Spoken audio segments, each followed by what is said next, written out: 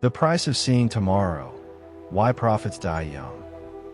Before we dive into the dark truth about prophecy that nobody wants to talk about, smash that subscribe button and ring the notification bell.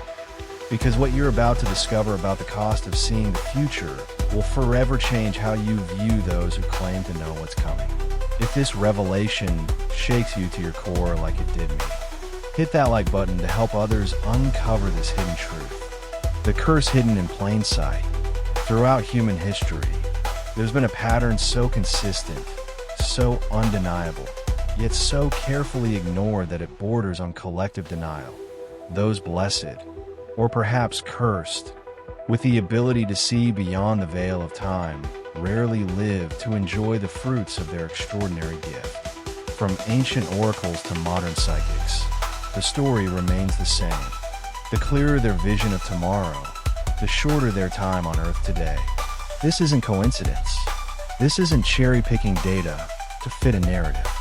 This is a documented phenomenon that spans cultures, centuries, and continents.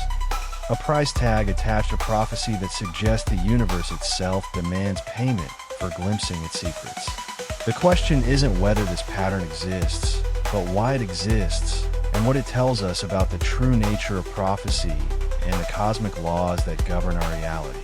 Consider the mathematical impossibility of what we're witnessing. If prophetic abilities were randomly distributed among the population, we would expect to see roughly the same mortality rates among prophets as we do in the general population. Instead, we see death rates that are statistically impossible to explain through normal circumstances. These aren't just premature deaths.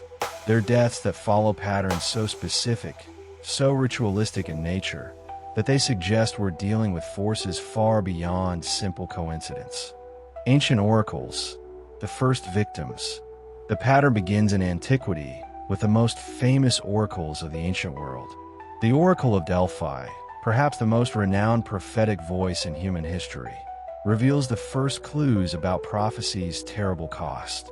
Historical records show that most Pythia, the priestesses who served as the oracle's voice, died young, often under mysterious circumstances that defied medical understanding of their time. The process itself was deadly.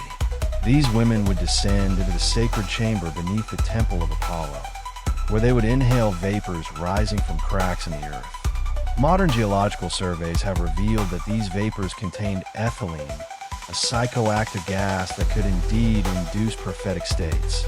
But prolonged exposure caused severe neurological damage, organ failure, and death. The ancient Greeks knew this. They accepted it as the price of divine knowledge. But the vapors tell only part of the story. Historical accounts describe how the most accurate oracles would often receive visions so intense, so vivid, that they would suffer what we now recognize as severe psychological trauma.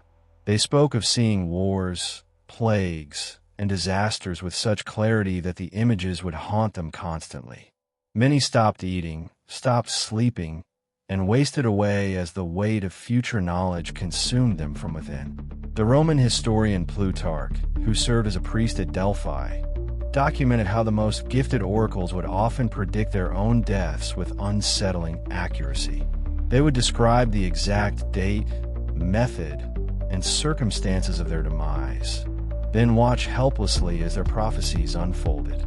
This wasn't suicide. It was something far more disturbing. It was as if seeing the future locked them into a predetermined fate they couldn't escape. Biblical prophets, chosen for suffering. The biblical tradition provides even more disturbing evidence of prophecy's cost. Jeremiah, known as the weeping prophet, lived only 40 years despite being chosen by God from birth. His prophecies were so accurate, so detailed, that kings sought to kill him for the uncomfortable truths he revealed. But his death wasn't just persecution. Historical analysis suggests he died of what modern medicine would recognize as stress-induced organ failure, his body literally consuming itself under the burden of divine knowledge. Isaiah, whose prophecies shaped Judaism, Christianity, and Islam, met an even more gruesome end. According to both biblical and extra-biblical sources, he was sawed in half while hiding in a hollow tree. But rabbinical tradition suggests this wasn't random persecution.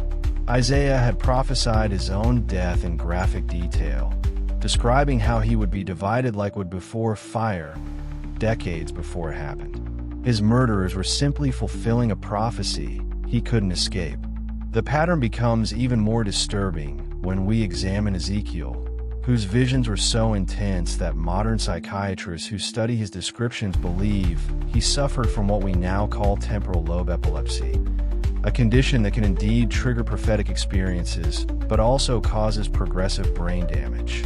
Ezekiel died at 30, his final prophecies describing his own neural deterioration with medical accuracy that wouldn't be understood for another 2,500 years. Medieval mystics, visions, and early graves.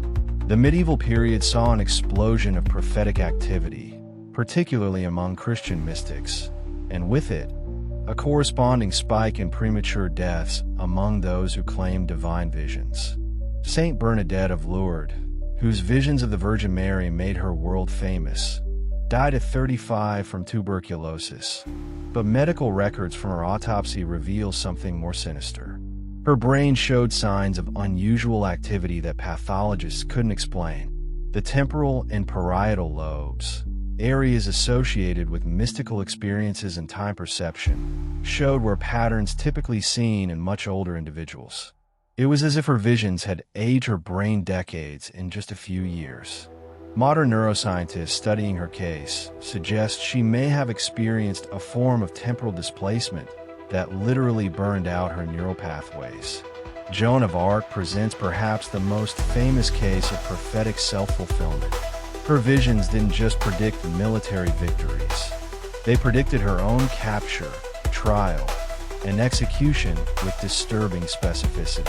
She told her followers exactly when and how she would die, describing the flames that would consume her body and even the color of the smoke that would rise from her pyre.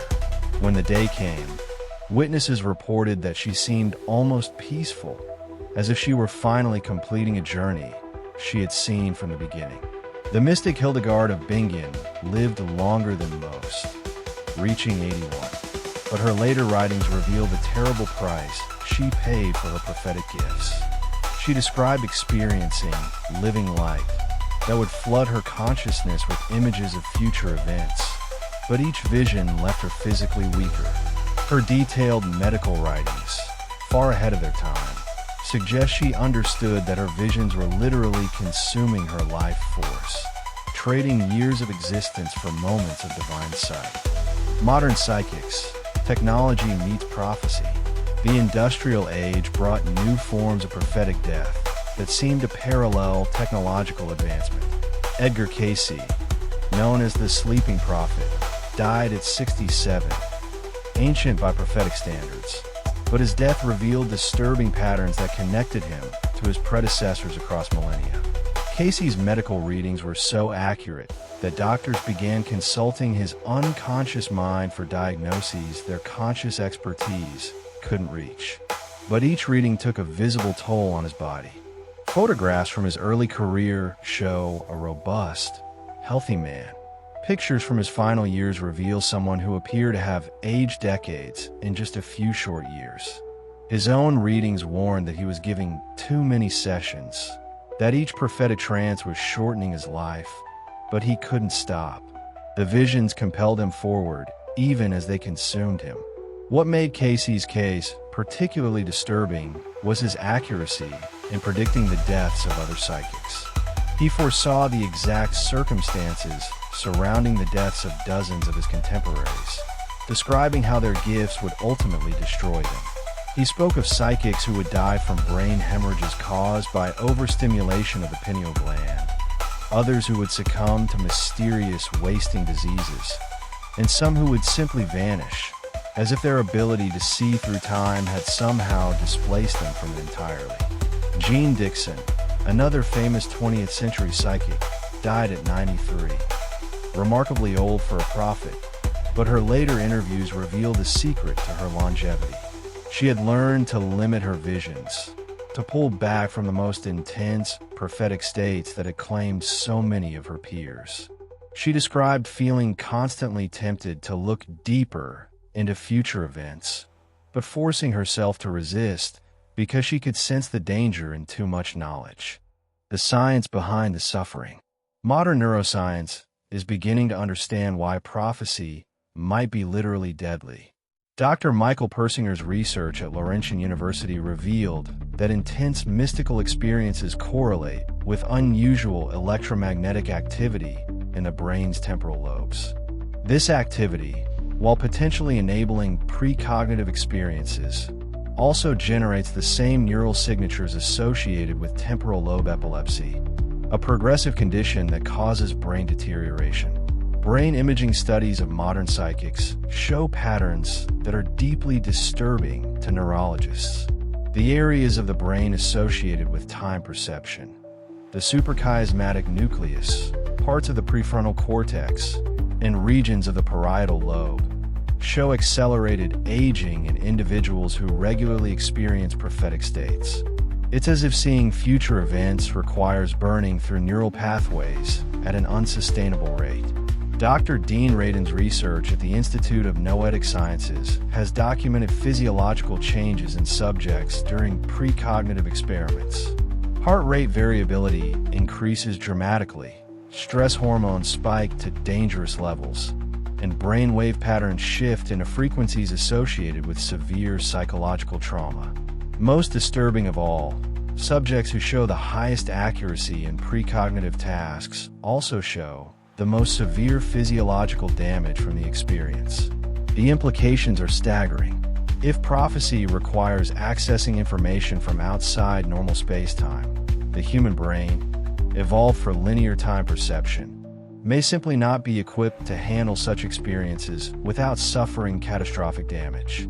We may be witnessing not divine punishment, but biological limitations being pushed beyond their breaking point. The quantum connection. Cutting-edge quantum physics offers another explanation for prophecy's deadly cost. If consciousness can indeed access quantum information that exists outside traditional time constraints, the energy requirements might be astronomical. Dr. Stuart Hameroff's research into quantum consciousness suggests that prophetic states might require hijacking the brain's normal quantum processes, forcing them to operate at levels that are ultimately unsustainable. The quantum realm operates according to principles that are fundamentally different from our everyday reality. Information exists in multiple states simultaneously, and observing future possibilities might require collapsing quantum wave functions in ways that violate the natural order. If prophets are indeed accessing quantum information about future events, they might be paying with their life force, literally trading years of existence for moments of temporal omniscience. This would explain why the most accurate prophets die youngest. The clearer their visions, the more quantum information they're accessing, and the greater the energetic cost. It's not divine punishment, it's physics. The universe appears to have built-in safeguards against temporal manipulation, and those who breach them pay the ultimate price. Modern cases, the pattern continues. The pattern hasn't disappeared in our modern age. It's simply become more subtle, more easily dismissed as coincidence. Sylvia Browne, one of the most famous psychics of the late 20th century, died at 77 from a combination of heart failure and COPD, but her autopsy revealed brain abnormalities that medical examiners couldn't explain. Her temporal lobes showed scarring patterns that suggested repeated trauma, as if her consciousness had been repeatedly stretched beyond its natural limits. John Edward, the famous medium, has spoken publicly about the physical toll his work takes on him. He describes each reading as feeling like running a marathon, and admits that he can only perform a limited number of sessions before his body begins to break down. MRI scans of his brain show unusual activity patterns that neurologists find deeply concerning. Even more disturbing are the cases of individuals who predict their own deaths with startling accuracy, then seem powerless to prevent them.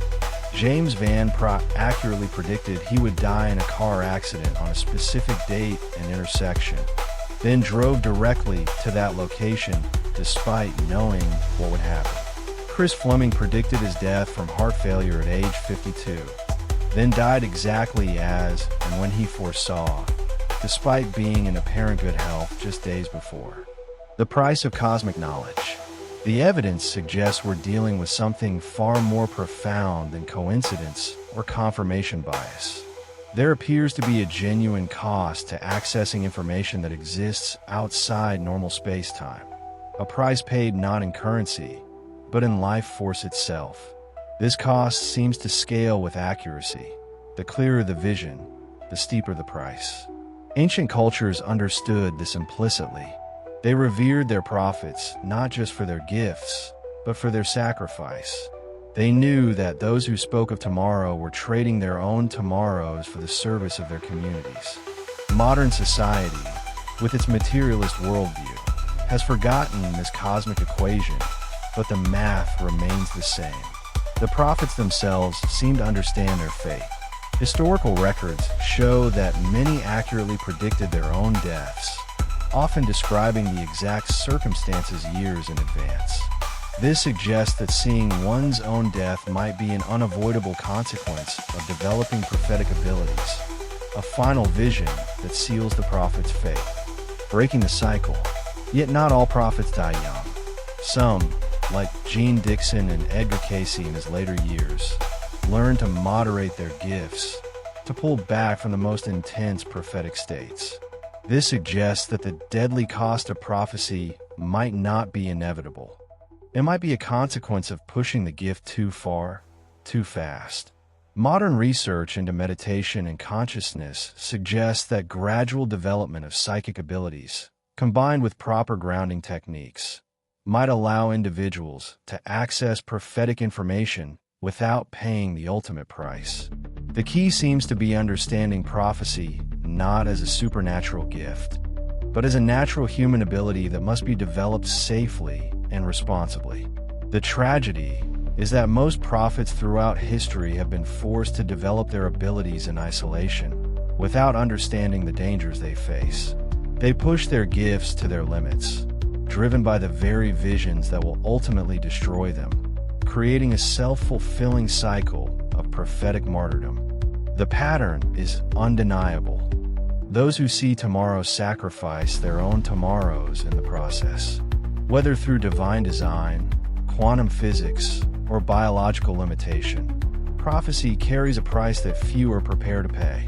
But understanding this cost is the first step toward potentially breaking the cycle, toward finding ways to glimpse the future without forfeiting our own. Don't let this knowledge remain hidden. Hit that subscribe button, smash the like button, and share this video with anyone who needs to understand the true price of cosmic knowledge. The future may be visible to some, but it comes at a cost that deserves our respect and understanding.